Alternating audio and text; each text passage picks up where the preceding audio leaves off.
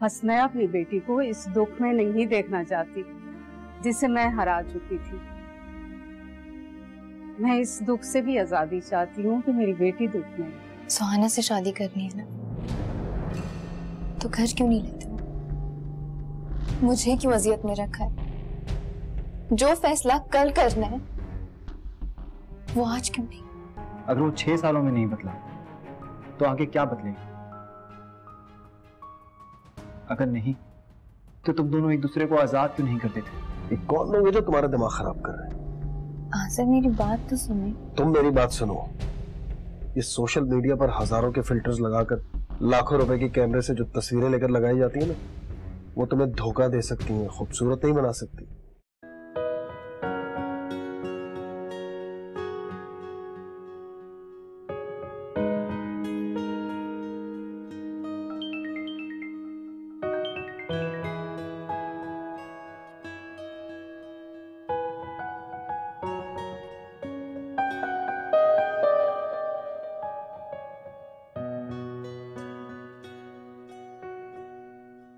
हाँ ज़ारा बोलो। समय मैंने डिसाइड कर लिया है। क्या?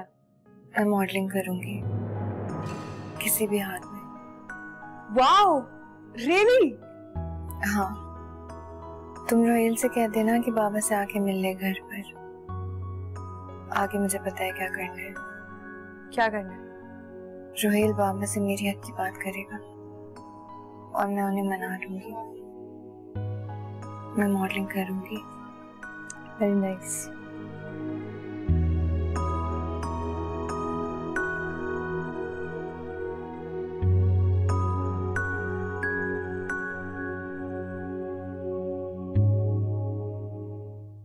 देखो रोहेल, मैं पहले ही बता रही हूँ, ज़ारा के फादर से कोई भी उल्टी सीधी बात मत करना। अगर वो मना कर देंगे तो चुपचाप सुन लेना और फौरन हम वहां से वापस आ जाएंगे। समन तुम बिल्कुल बेफिक्र रहो, मैं तैयारी करके आया। कैसी तैयारी? देखनी थी, सूट पहन कर आया हूँ। What? वरना तो तुम जानती हो कि हमेशा मैं जीन्स और टी शर्ट में रहता हूँ। हाँ, बट सूट पहनने का लॉजिक अभी भी समझ में नहीं आया। सूट पहन कर ना मुझे आर्ग्यूमेंट करने का कॉन्फिडेंस मिलता है। अच्छा, चलो फिर आज देखते हैं कि तुम कैसे आर्ग्यूमेंट करते हो।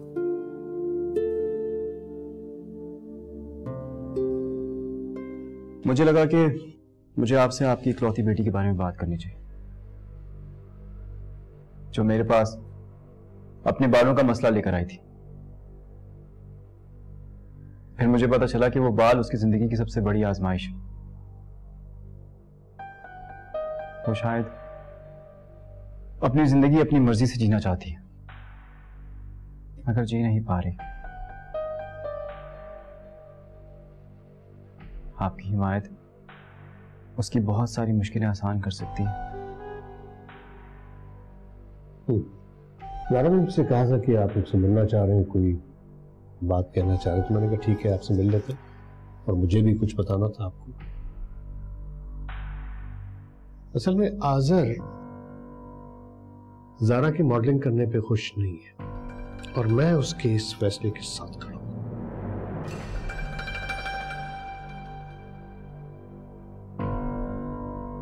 दरअसल मुझे आपसे कोई और बात करनी थी।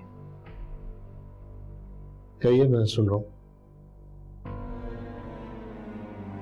मैं ज़ारा से शादी करना चाहता हूं।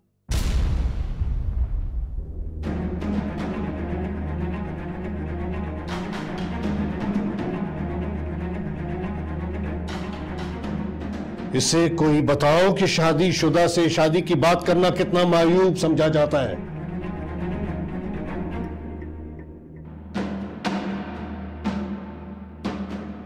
लफ्ज़ शादी में से अगर शाद निकाल दिया जाए तो बाकी कुछ नहीं बचता।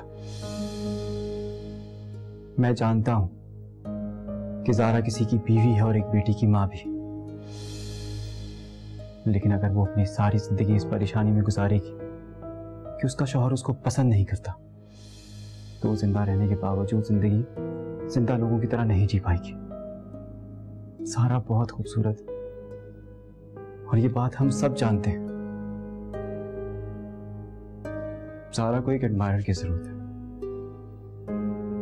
और वो एडमायर जरूरी है कि वो उसका शौहर हो। मेरे, आपके या किसी की भी तारीफ कर देने से उसे तसल्ली नहीं होगी। उसे खुशी सिर्फ तब होगी जब उसका शौहर उसकी खूबसूरती को पहचानेगा और उसके सामने एक्सप्रेस करेगा। और हमें ये बात पता है कि आसिर ऐसा कभी नहीं करेगा। इसीलिए मैं आपके पास सारा का हाथ मांगने के लिए आया हूं। देखो, मैंने तुम्हारी बात बड़े सब्र और बर्दाश्त से सुनी है, और अब अगर मैं कुछ कहूंगा ना तुम बर्दाश्त नहीं कर पाओगे, इसलिए चले जाओ यहां से, निकल जाओ। आप मुझे गलत साबित करने के बजाय मुझे खाना छोड़कर जाने के लिए कह रहे, वो खाना जिसके लिए आपने मुझे खुद इनवाइट किया। आपको पता है कि ज़ारा के सबसे पहले कसूरवार आप ही हैं।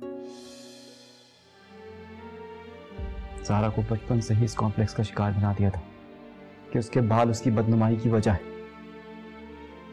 अगर आप लोग बचपन से ही उसके बालों को इस तरह मेंटेन करते कि वो अपना एतमाद ना खोती, मगर मुझे अफसोस है कि आप अब भी वो फैसला कर रहे हैं जो आपको आपके सोशल इमेज बचाने में मदद करेगा। वो फैसला नहीं कर रहे जिससे आपकी बेटी को खुशी मिल सकती। रेहान साहब, दो मुख्तलिफ जहन, दो मुख्तलिफ सोचें कभी एक साथ नहीं रह सकती। उसी तरह ज़ारा और आज़िर एक साथ नहीं रह सकते। और रही मेरी बात, मुझे तो ज़ारा किसी भी रूप में अच्छी लगती। रोहेल, बस कर दो प्लीज।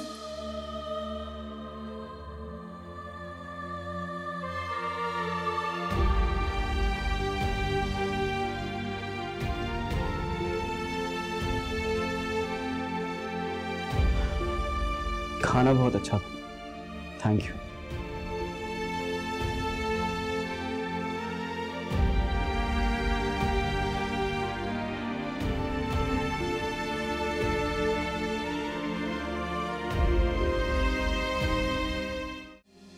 तुम्हारी हिम्मत कैसे हुई मेरी जिंदगी में इंटरफेयर करने की? इतनी बड़ी बात करने से पहले तुमने सोच भी कैसे लिया कि मैं अपने शौहर को छोड़ दूंगी?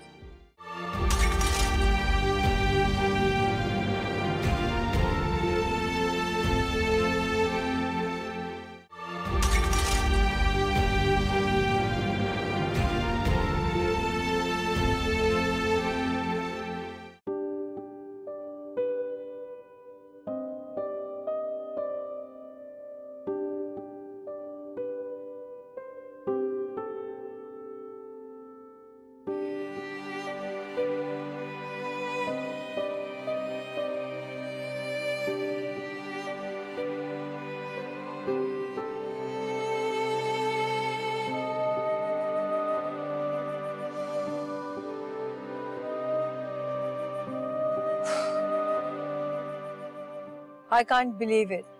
तुमने इतनी बड़ी बात डायरेक्ट ज़ारा के फादर से कर दी। हमें लगा था कि तुम उसके मॉडलिंग करियर के बारे में बात करोगे। तुम्हें क्या लगा? कुछ बहुत गलत हो गया? बहुत गलत हो गया और तुम्हें अंदाजा भी नहीं है इस बात का। और जो ज़ारा के साथ पहले से हो रहा है उससे भी ज्यादा गलत है। नहीं, पर तुम्हें नहीं लगता रोहेल जो तुमने किया है सब कुछ, उसके बाद ज़ारा की लाइफ में और मुश्किलात आ जाएंगी?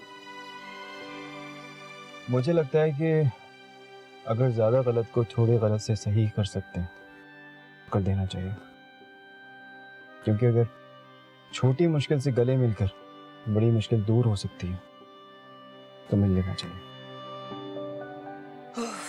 एक तो ये तुम्हारी फिलॉसफी मुझे समझ में नहीं आती। चलो मैं लॉजिक से समझाता हूँ। ब्रेन ट्यूमर को निकालने के लिए डॉक्टर क्या करता है? क्या करता है? वो पहले सर को काटता है, उसे खोलता है, क्योंकि काटे बगैर वो ट्यूमर नहीं निकाल सकता।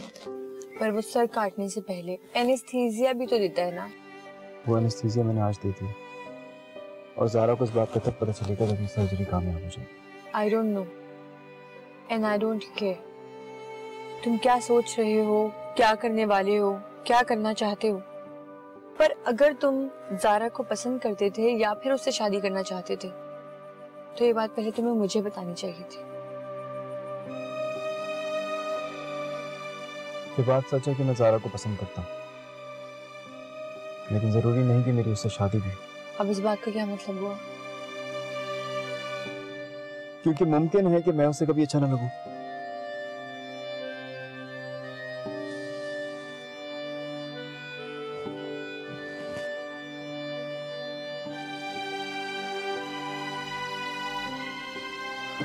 चले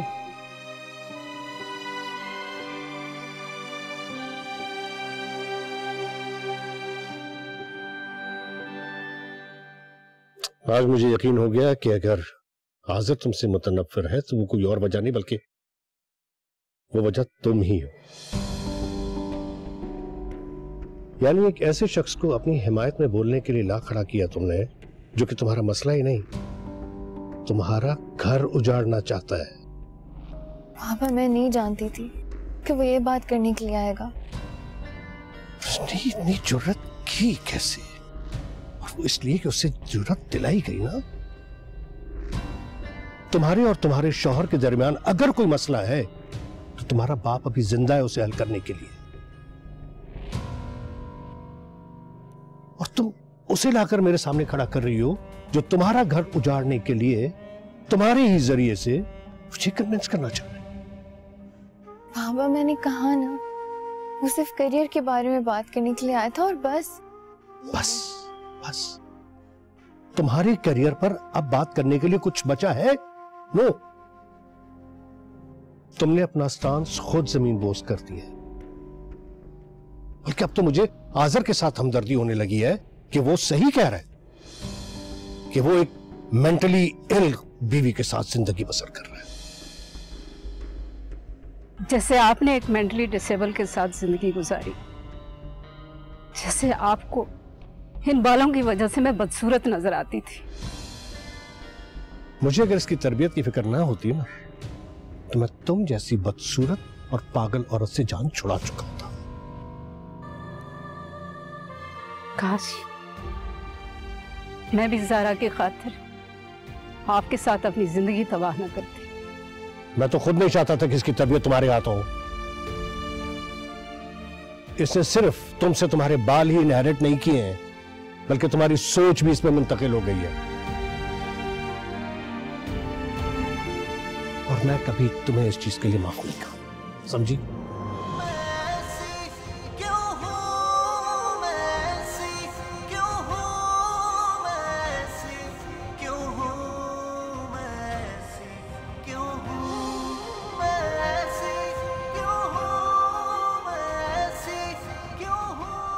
Assalamualaikum Baba, I miss you so much.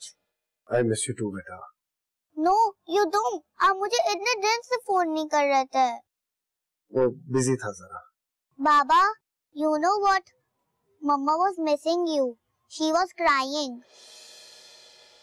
Drama show. Baba, I can't hear you. Nothing बेटा। अच्छा बताओ, आपको नानू के घर मजा नहीं आ रहा? आता है, but अब प्लीज मुझे आकर ले जाए।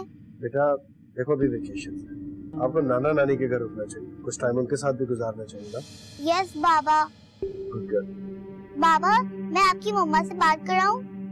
नहीं जरूरत नहीं है, मैं एक्चुअली बाद में खुद कॉल कर लूंगा। ओके बेटा, ओके बाय बाय। ओके बाबा, अल्लाह हाफिज, I love you so much. Hello. कहाँ बिजी थे? कब से फोन कर रही हूँ और तुम्हारा नंबर मुसलसल बिजी है। वो दरअसल बेटी से। कमाल है, तुम्हारी बेटी यहाँ से जाकर भी तुम्हारा पीछा नहीं छोड़ रही है। सुहाना। अच्छा खैर, शो का टाइम निकल रहा है, जल्दी पहुँचो, I am waiting. Okay okay. मुझे ना तो आज़िर की किसी बात से इत्तेफाक है और ना तुम्हारे बाबा की, और ना मैं ये समझती हूँ कि तुम आज़िर को छोड़कर वेल से शादी करो।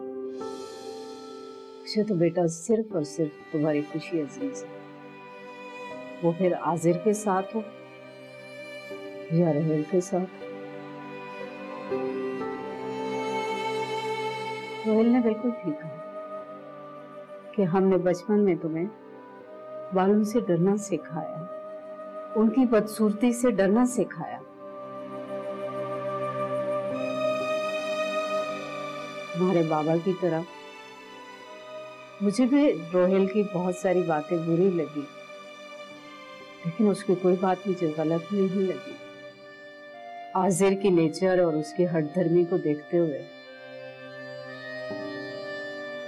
मैं समझती हूँ कि जो खुशियों का रास्ता रोहिल ने बताया वही सही और वाहिद रास्ता है। फिर तुम्हें अगर ये लगता है कि ऐसा किसी सूरत नहीं हो सकता, तो फिर मेरे मुताबिक तुम्हें अपनी बदकिस्मती पर जब्त करके ऐसे ही जीना होगा। माहिर तरीन डॉक्टर भी जब किसी मरीज की जिंदगी की उम्मीद छोड़ देते हैं तो उसे वेंटिलेटर से हटा देते हैं।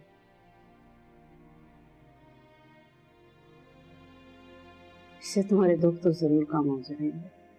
ये बांधेंगे तेरे पर, तू रुकना नहीं, रुक जाए जो तेरे कदम, तू थकना नहीं, कम तेरे कहेगा ज़माना तुझे, तू झुकना नहीं। तुम्हारी हिम्मत कैसे हुई मेरी जिंदगी में इंटरफेयर करने की? इतनी बड़ी बात करने से पहले तुमने सोच भी कैसे लिया कि मैं अपने शौहर को छोड़ दूंगी? तुम्हारी शादी तो हुई नहीं, इसलिए तुम्हें अंदाजा नहीं है कि एक औरत के लिए उसका घर, उसका शौहर क्या मायने रखता है। तुम तो आजाद हो ना, और अपनी आजादी में इतना गुम हो कि तुम्हें किसी की कोई फिक्र नहीं। तुम्हें जरा भी एहसास नहीं, तुमने एक दफा भी नहीं सोचा कि तुम्हारी इस बात से मेरे जहन पर क्या असर पड़ेगा। मेरे माँ बाप के सामने उनकी शादीशुदा बेटी से शादी की बात करनी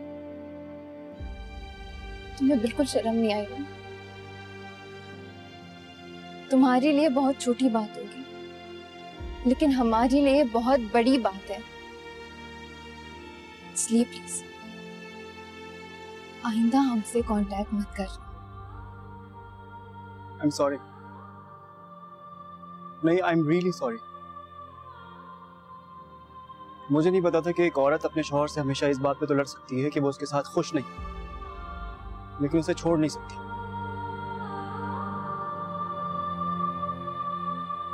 अगर तुम अपनी शादीशुदा जिंदगी की खुशियों के बगैर खुश हो तो खुश रहो, तुम जा सकती हो।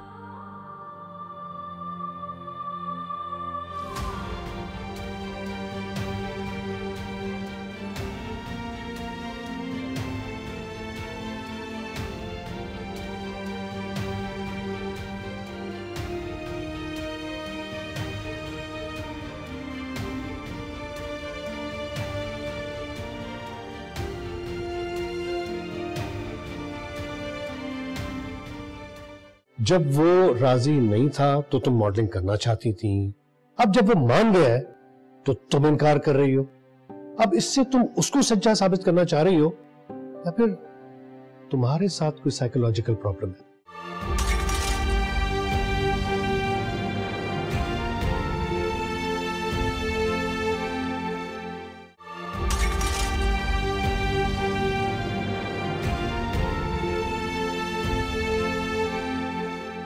हाँ, ये फैक्ट है कि तू सुहाना को बहुत पहले से और बहुत ज्यादा चाहता है, और अगर आज तुझसे शादी करना चाहती है तो तुझे उसके प्यार में अंधा होने से कोई नहीं रोक सकता। तुम हमेशा से ही सेल्फिश हो। हाँ, मैं हूँ सेल्फिश, और मेरा ख्याल है सेल्फिश होना भी चाहिए। भाई, मैं एक ऐसी औरत के साथ जिंदगी नहीं गुजार सकता जिससे मैं उतार चुका हूँ, और खासतौर पे उस वक्त जब मुझे मेरी मोहब्बत, मेरी अपनी पसंद मिल रही है। वाई यार, तू ज़ारा को डायरेक्ट डिवोर्स क्यों नहीं दे देता? It's very complicated. उसका बाप बहुत रिसोर्सफुल आदमी है, मेरे लिए बहुत प्रॉब्लम्स खड़ी कर देगा। वो खुद मुझे छोड़कर चली जाए, इसीलिए लॉन्ग टर्म प्लानिंग की है मैंने। तब तक बर्दाश्त करूंगा उसे, ताकि डिवोर्स के आफ्टर शॉक्स को अवॉइड किया जा सके। तो अब तू ये चाहता है कि वो ये मॉडलिंग वगैरह की जिद छोड़ दे? मैं सिर्फ उसके रास्ते की रुकावट बनना चाहता हूँ ताकि मुझे नफरत करे, इतनी नफरत कि मुझे छोड़कर ही चले जाए। यार इससे ज़ारा को मजीद ज़हनी अजियत का सामना करना पड़ेगा। So I don't care। यार तू सेल्फिश ही नहीं, बाकायदा एक जालिम शख्स है। Listen, stop blaming me against her, okay? मैं जो हूँ जैसा हूँ तेरे सामने, और तुझसे बेहतर मुझे कोई नहीं जानता। अब मुझे ये सोचने में मजबूर ना करके तुमसे मशवरा करके मैंने को टाइम ज़ाया किया अपना। अच्छा ना, चल डायरेक्ट मशवरे कर। Please, thank you, go ahead. तू उसे मॉडलिंग करने की इजाजत दे दे। ओके। यार इससे कोई ऐसा इम्पैक्ट नहीं होना चाहिए जिससे ये लगे कि तू उसकी खुशी में खुश नहीं। इससे क्या होगा? मेरी बात गौर से सुन।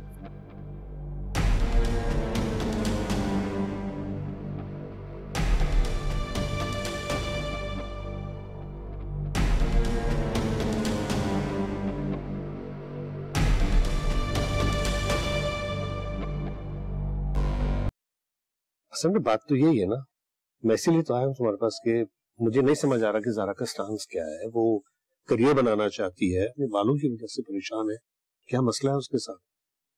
इसीलिए मैं तुम्हारे पास आया हूँ कि शायद तुम बता सको।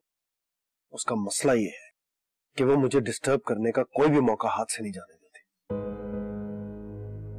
उसके बालों का मसला उसका मसला नहीं है, मेरा भी मसला है। ठीक से मेंटेन कर नहीं पाती अपने बालों को। हमें जहां कहीं जाना होता है उसके बालों की वजह से लेट होते हैं। बारिश में घर से बाहर नहीं निकल सकती, और घर से तो वो सुपर मॉडल की तरह बाल तैयार करके निकलती। जरा सी ह्यूमिडिटी हुई और उसके बाल सीन क्रिएट कर देते, कहीं मुंह दिखाने के काबिल नहीं रहते हम। और ये बात वो अच्छे तरीके से जानती है कि उसके बालों का कोई प्रॉपर सोल्यूशन नहीं है, तो फिर सर्कमस्टांसेस को फेस करने के बजाय मुझसे क्यों उलझती है वो? और ऊपर से उसे फोटोग्राफर मिल गया जिसे पता नहीं उसे क्या यकीन दिला दिया कि उसके बाल दुनिया के सबसे खूबसूरत बाल हैं और वो एक बहुत बड़ी मॉडल बन सकती है। मतलब क्या है ये? एक बीवी जब अपने शौहर के सामने किसी और मर्द की तारीफ करे तो शौहर को कैसा फील होता है, इसका आपको अच्छे तरीके से अंदाजा होगा। इससे आगे और मैं क्या कहूँ? वो तो ठीक है, मगर फिर भी मैं ये मालूम करना चाह रहा हूँ कि तुम दोनों के दरमियान क्या इश्यूज चल रहे हैं, उन्हें कैसे रिजॉल्व किया जा सकता है? हमारे दरमियान सारे इश्यूज तो रिजॉल्व नहीं हो सकते। मैं बस ये चाहता हूँ कि वो उस फोटोग्राफर से, क्या नाम है उसका, रोहेल, उससे ना मिले। उसे इस बात का एहसास ही नहीं है कि उसके इस तरह करने से हमारा घर कितना डिस्टर्ब हो सकता है, अनाया कितनी डिस्टर्ब होगी। हम दोनों उसे टाइम नहीं दे पाएंगे प्रॉपर, उसकी स्टडीज का खर्च होगा।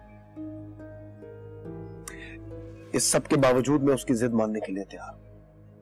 लेकिन उस रोहेल के साथ मैंने अपने रेफरेंस से बात की एक एडवर्टाइजिंग एजेंसी, बहुत रिप्यूटेड एजेंसी।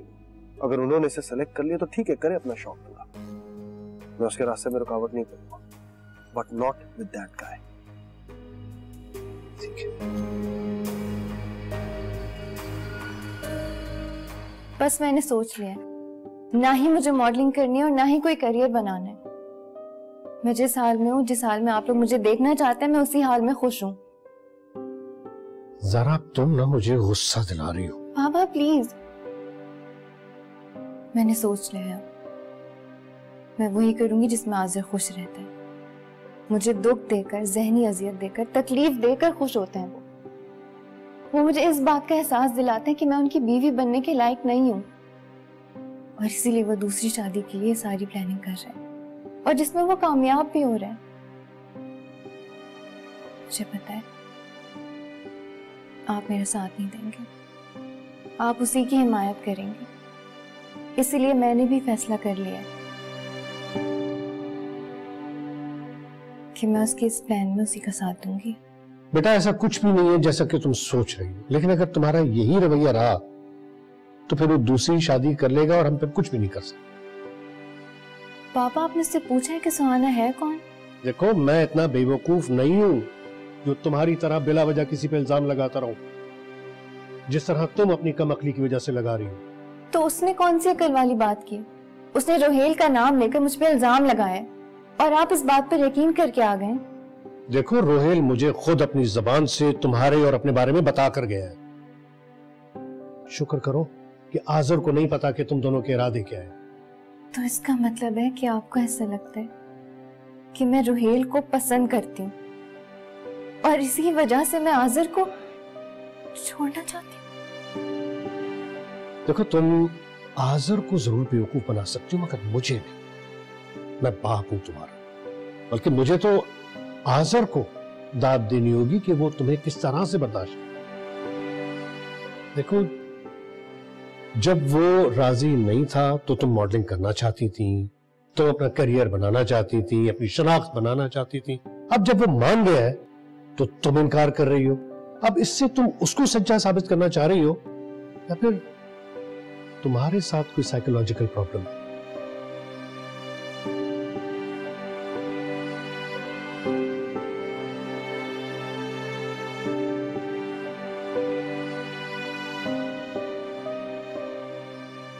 इसे समझाना अब तुम्हारी जिम्मेदारी। अगर उसने दूसरी शादी कर ली ना, तो जाहिर हम कुछ भी नहीं कर पाए।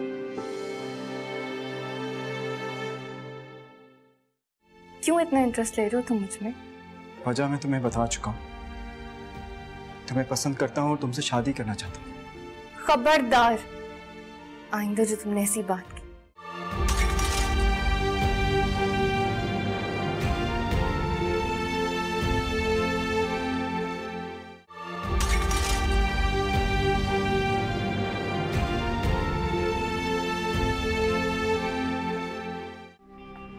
बांधेंगे तेरे पर, तू रुकना नहीं। जब वो राजी नहीं था तो तुम मॉडलिंग करना चाहती थी, तुम अपना करियर बनाना चाहती थी, अपनी शनाख्त बनाना चाहती थी। अब जब वो मान गया है तो तुम इनकार कर रही हो। अब इससे तुम उसको सच्चा साबित करना चाह रही हो, या फिर तुम्हारे साथ कोई साइकोलॉजिकल प्रॉब्लम है?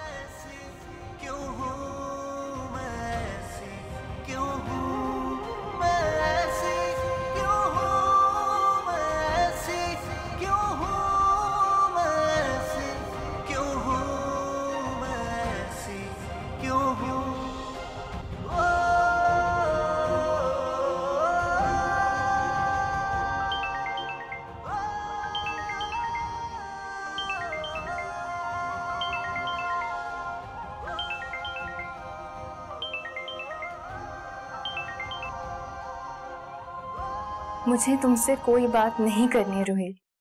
तुम क्यों मुझे बार बार कॉल करके परेशान कर रहे हो? ज़ारा, मेरी एक बार बात तो सुन लो प्लीज। तुम जो कुछ कहना चाहते हो तुम कह चुके हो, अब मैं कुछ नहीं सुनना चाहती। ज़ारा, तुम खुद बताओ, क्या मैंने कुछ गलत कहा? मैं इस बारे में बात ही नहीं करना चाहती हूँ रुहेल, प्लीज। तुम बात नहीं करोगी तो बात कैसे बनेगी? क्या कहना चाह रहे हो तुम? मैं सिर्फ तुम्हें यह रियलाइज करवाने की कोशिश कर रहा हूँ कि तुम मसाइल से जितना भागोगी उतनी मुश्किलात बढ़ेंगी। इससे बेहतर ये है कि बैठकर हल निकालना चाहिए। मेरे मसले मैं हल कर सकती हूँ रुहेल, मुझे तुम्हारी या किसी और की कोई जरूरत नहीं है। I wish Zara, I just wish कि जो तुम कह रही हो वो कर भी सकती है। मुझे अच्छी तरह पता है कि तुम सिर्फ और सिर्फ स्ट्रेस लोगी और करोगी कुछ भी नहीं। ज़ारा, क्या हम मिल सकते हैं प्लीज? बिल्कुल भी नहीं। मैं तुम्हें फोर्स नहीं करूंगा, लेकिन प्लीज मेरा यकीन करो, मैं तुम्हारा सिर्फ अच्छा चाहता हूँ। मैं तुम्हारा वेल विशर हूँ। तुम अगर मेरे वेल विशर होते ना तो मेरे पेरेंट्स के सामने मुझे लेट डाउन नहीं करते। नहीं ज़ारा, मैं ऐसा सोच भी नहीं सकता। उस दिन मैंने जो भी कहा बहुत गलत कहा। तुम्हें क्या लगता है मुझे अपनी तारीफें सुननी होती? और अगर मेरा शौहर मेरी तारीफें नहीं करेगा तो मैं उससे छोड़ के तुमसे शादी कर लूं ताकि मुझे तारीफों से खुशी मिले। ज़ारा, मैं रुहेल प्लीज, मैं पहले ही बहुत परेशान हूँ, प्लीज तुम मेरी जिंदगी और मुश्किल मत करो। मैं तो तुम्हारी मुश्किलें आसान करना चाहता हूँ ज़ारा। क्यों क्यों इतना इंटरेस्ट ले रहे हो तुम मुझ में? वजह मैं तुम्हें बता चुका हूँ। तुम्हें पसंद करता हूँ और तुमसे शादी करना चाहता हूँ। खबरदार, आइंदा जो तुमने ऐसी बात की। मैं अपनी जिंदगी में खुश हूं या उदास, तुम मेरे मामलात से दूर रहो, तुम्हारे लिए यही बेहतर है। कुछ यूं लफ्ज़ में मैं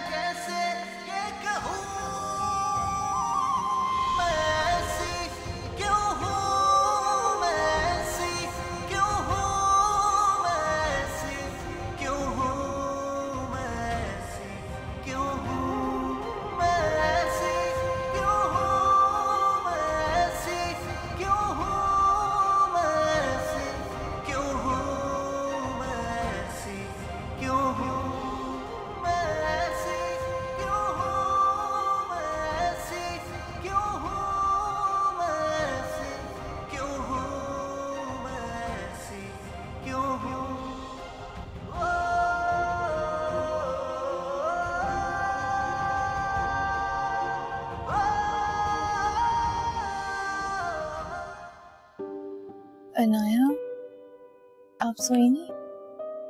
मम्मा, आप बाबा को मिस कर रही है ना? I know you are missing बाबा। मम्मा, हम लोग बाबा के घर चलें। को घर जाना है? अनाया, कमिंग।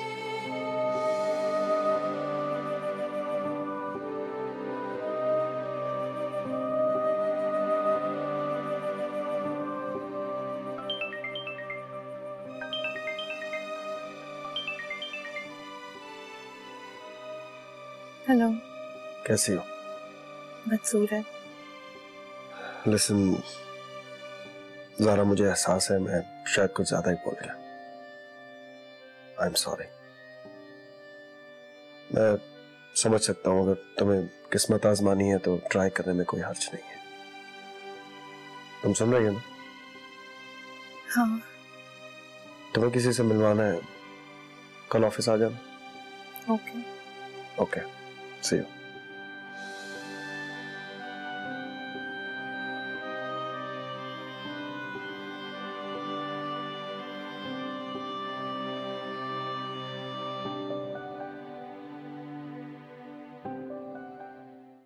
ऐसे हालात में हमें हालात के सामने सरेंडर कर देना चाहिए। अपने हालात खुदा के हवाले कर देने चाहिए।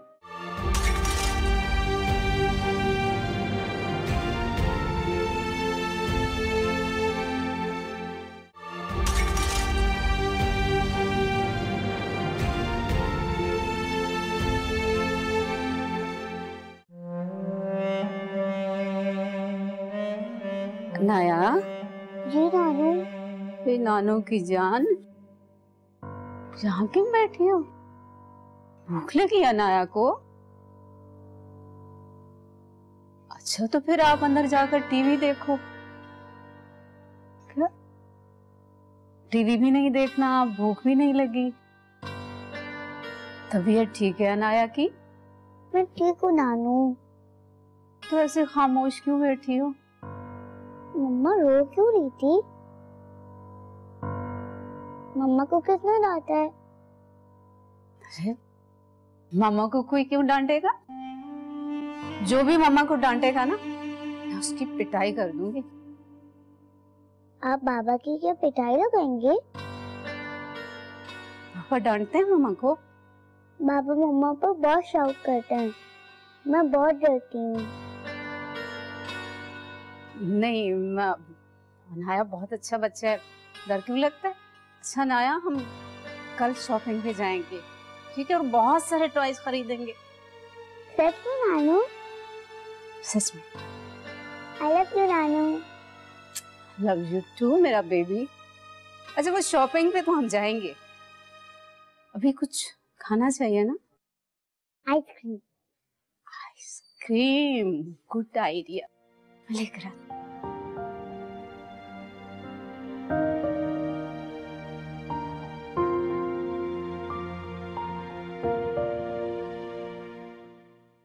देखो बेटा, जब हमारे सच को कोई सच ना मान रहा हो, हमारे दुख को कोई दुख ना समझ रहा हो, हम कितनी तकलीफ में हैं, कोई यकीन ना कर रहा हो, तो ऐसे में इंसान बेबसी की इंतहा को पहुंच जाता है। फिर ये वो वक्त होता है जब हालात काबू में नहीं रहते। ऐसे हालात में हमें हालात के सामने सरेंडर कर देना चाहिए। अपने हालात खुदा के हवाले कर देने चाहिए, और खुदा हमेशा हमें अच्छे हालात की रहनुमाई करता है।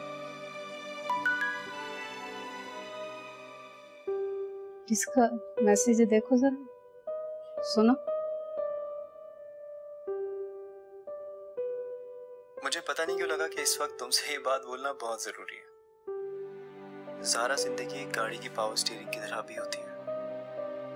अगर गाड़ी को ज्यादा रफ्तार में मोड़ते हुए स्टीयरिंग ऊपर ना छोड़ें तो गाड़ी आउट ऑफ कंट्रोल हो जाती है, क्योंकि जैसे ही हम स्टीयरिंग छोड़ते हैं तो स्टीयरिंग वापस सीधा होकर अपनी जगह पर आ जाता है और गाड़ी भी सीधी हो जाती है और हम हादसे से बच जाते हैं। I am so sorry Zara, लेकिन इस वक्त तुम्हारी जिंदगी भी उसी गाड़ी की तरह पूरी स्पीड में टर्न लेते हुए आउट ऑफ कंट्रोल हो गई है। प्लीज कुछ देर के लिए स्टीयरिंग छोड़ दो ज़ारा, देख लेना सब ठीक हो जाएगा। बिल्कुल यही बात मैं तुमसे कह रही थी। जब दो मुखलिस लोग एक ही बात करें ना, तो इसका मतलब है कि तुम्हारे लिए यही बेहतर है। तो आप इसे मुखलिस कह रही हैं? हाँ, मुझे लगता है, और हो सकता है कुछ वक्त के बाद तुम्हें भी लगे। तो आप कह रही हैं कि आज़र के रेफरेंस से मैं इस डायरेक्टर से मिल लूं? हाँ, अगर तुम अपने हालात से सरेंडर कर सकती हो तो सही।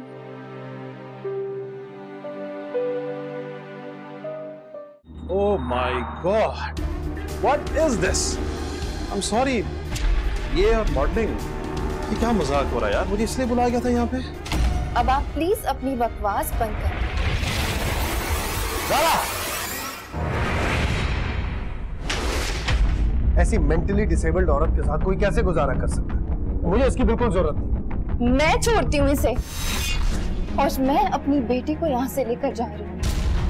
तुम्हें बहुत प्यार है ना अपनी जिंदगी से, लेकिन मुझे नहीं।